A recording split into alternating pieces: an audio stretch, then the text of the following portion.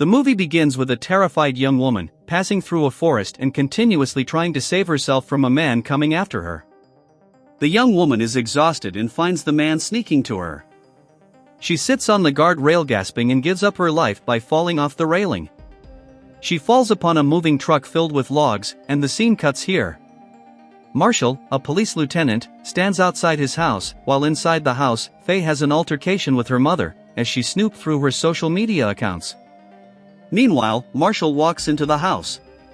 Angie asks him if he has seen the photos of her daughter she posted on her social media.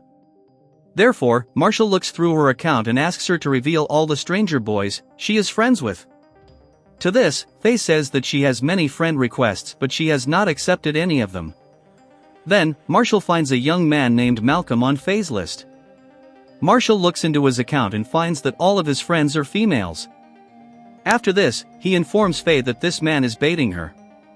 Additionally, he advises her to stay away from such men.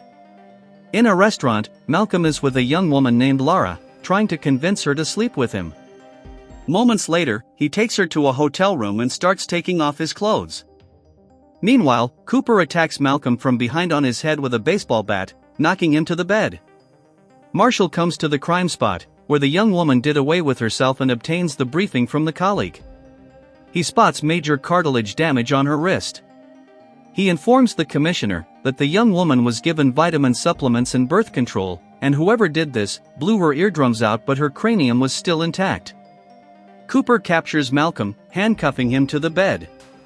Malcolm tells him that he hasn't done anything wrong till today. Then, Cooper reveals, "You have victimized 94 girls to satisfy your hunger." Malcolm can't feel his weapon between his legs.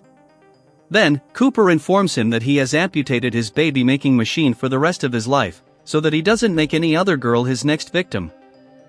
Marshall still looks into the case and inspects the guardrail, from where the young woman did away with herself. He theoretically tells his colleague that the suspect was chasing the girl, leaving her with no choice but to jump. Elsewhere, Cooper hands Lara a pair of earrings and says that there is a transmitter in them. They emit signals that feed off cell phones. "As long as you are with them, I will be able to track you." Marshall comes to see Rachel to retrieve his file, containing a friend list of his daughter Faye. Glasgow informs him that Rachel is having lunch, so he leaves. Lara is at a restaurant to fill her belly, and after advising the waitress to stand up straight, she comes out of the restaurant, where someone illuminates her with the car's headlights. After Lara's departure, Cooper arrives at the restaurant, while searching for her. The waitress informs him that Lara has already left from here. Cooper turns on his laptop and tries to track Lara through the transmitter embedded in her earrings, and finds her in a car moving a few meters ahead of him. Therefore, Cooper starts chasing the car, but his pursuit cuts short when another car crashes into him, allowing the suspect to speed away. Meanwhile, the police arrive and apprehend Cooper for driving recklessly. Later, he is put into the investigation room. Commissioner Harper reveals to Marshall that Cooper used to be a judge and he skillfully handled several criminal cases, but he stepped down when his family was brutally slaughtered. Inside the chamber, Cooper reveals to Rachel that Lara has been abducted. Quinn tracked down the spot where the signal went dead. Marshall bursts into the chamber, asking Cooper how his tracker works. Cooper replies, "Cell phones." Afterward, Marshall reaches the spot with his police squad and tracks down Lara's location 2 miles northeast of his location, and reaches outside a housemaid in the woods. Keeping his gun at the ready, Marshall sneaks into the house in search of Lara, and while looking for her, he hears loud music coming from downstairs. He peers through a ventilator and finds a man dancing happily. He steps down the stairs, and as he enters the corridor, he finds a girl trapped in a cabin. He asks her to stay silent and goes to look for the culprit himself. Moments later, Marshall finds the kidnapper, dancing, and soon, he knocks him unconscious. Marshall breaks the music player with a kick. And afterward, he finds Lara trapped in a cabin in the very room. Marshall liberates both the young women and hospitalizes them for immediate medical attention. Shortly after, Cooper also arrives at the hospital and takes a sigh of relief after seeing Lara unharmed. The kidnapper is kept inside the investigation room. Rachel walks into the room to question Simon Stolz for further inquiry. Simon seems to be mentally unstable and doesn't tell his name. Meanwhile, Marshall storms into the cabin and slams a packet containing a deafening device on the table and tells Rachel that this culprit has been making his victims deaf with this. Marshall leaves the room, leaving Simon bursting into tears. A squad of police arrives at Simon's house and finds many carcasses frozen under the sheet of ice, whereas many unidentified DNA are found inside the house. Rachel tells Marshall that Simon stared at himself for 3 hours without moving. He seems to have been suffering from childhood distinctive disorder. The forensic team keeps searching Simon's house, and at the same time, poisonous gas starts emitting from pipes, killing the entire forensic team. Commissioner Harper gets into the chamber in rage and slams Simon against the wall, and informs his colleagues that he has killed 6 cops in the basement even without going there. While Simon keeps wailing. Moments later, Simon is questioned by Rachel about his parents. To which, he responds, "She is not in this world. Moreover, she never loved me." Later, Marshall enters the cabin, causing Simon to lurch in the corner in fear. Marshall puts his gun on the table, but Simon doesn't pick it up. Therefore, Marshall picks up the gun and leaves. He comes straight to Harper and tells him that Simon is getting help from outside.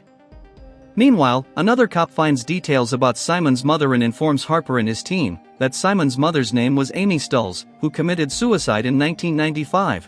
While working overtime in the textile factory, Amy was abducted and raped in 1986. Later, she was tossed into the lake, but she survived to become pregnant with Simon. Rachel hacks Simon's computer and finds the name of a man named Hunter with whom Simon occasionally has a conversation. Marshall with his squad surrounds a compound, hoping that he will find Hunter 71 inside it. As soon as the squad sneaks into the compound, it is attacked by the hidden mercenaries of Hunter 71.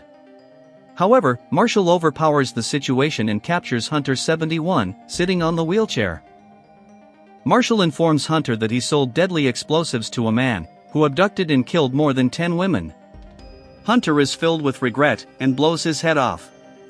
Rachel approaches Simon and unlocks his handcuffs, appearing before him, just like his mother.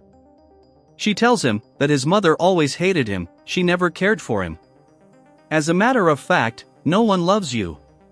Rachel tries her best to get inside Simon's head, and constantly asks him what his mother did to him. Simon breaks down and reveals that his mother never let him play. Apart from this, she always kept him locked in a cage like a monkey. Glasgow arrives home and finds his wife lying unconscious on the kitchen counter, while his baby is missing from the cradle. He walks into Simon's chamber and forces him to put on a police officer's uniform. And afterward, he takes him out of the building, because Glasgow thinks that Simon is behind the disappearance of his child. Marshall rushes to Simon's cell and finds him nowhere. Elsewhere, Simon gets out of the car and gets in another van, parked ahead of Glasgow's car. Inside a carton at the police station, the bomb squad, initially suspecting a bomb, discovers Glasgow's babies. Glasgow rushes into the cabin and embraces his child. Marshall and his squad track down Simon in a building, killing his own father, as he snatched Simon's bear. Simon says to Rachel, "If you want to know what I did to those girls, then give me my bear." Then, Rachel stuffs the bear into his mouth, saying, "I give you this, you give me everything." Cooper arrives at the police station and reveals that Simon has been in his house last night. To which, Marshall replies, "It's impossible because Simon has been in his cell since yesterday afternoon." Marshall and Rachel come to Simon and ask where Lara is. Simon apologizes to Rachel for what he has done till now, and then reveals Lara is still alive somewhere. Moments later, Simon is brought before the media and the parents whose daughters he has killed after satisfying his lust.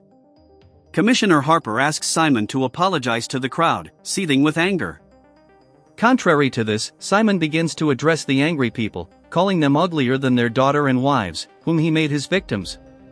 This infuriates the crowd, causing it to make an attempt to lynch Simon, but the cops take him away, saving him. Cooper also lies in wait in his car outside. He starts pursuing the line of police cars, as Simon is in one of them. At the police station, Marshall discovers another Simon in his cell. Elsewhere, Cooper intentionally crashes his car into the police car in which other Simon is, causing it to flip over. Cooper approaches the car and pulls Simon out of it, and asks him where Lara is, while kicking him repeatedly. Meanwhile, a cop arrives there and shoots Cooper in the head, killing him.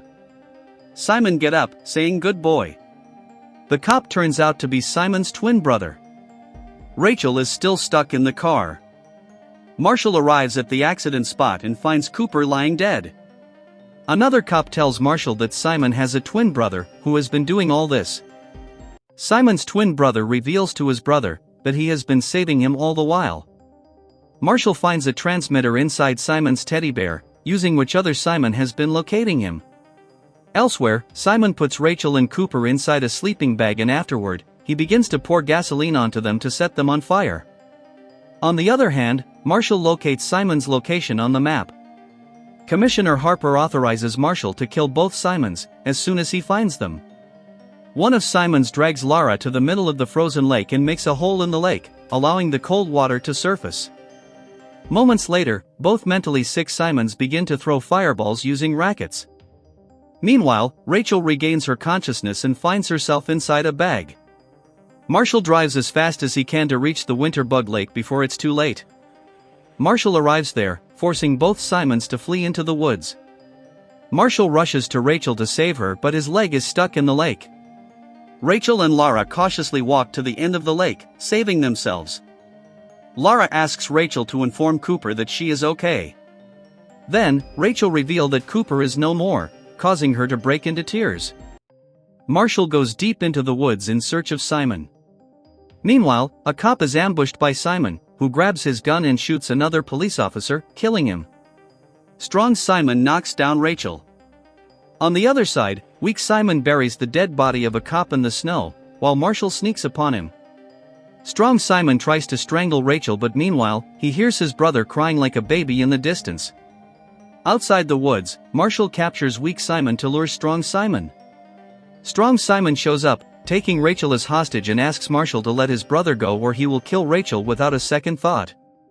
Then, Marshall asks weak Simon to go to his brother and give him a big hug, and afterward, he lets him go. Subsequently, Strong Simon shoots Marshall, injuring him. As soon as weak Simon comes closer to his brother, both Simon fall through the ice and start floundering in the chilling water.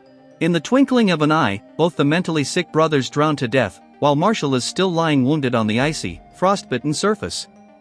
Next, Lara is at the funeral of Cooper, whose soul is right behind her watching over her, as he was her foster father as long as he lived in this world. In the closing scene of the movie, Marshall comes to his house with Rachel to take his daughter and goes away.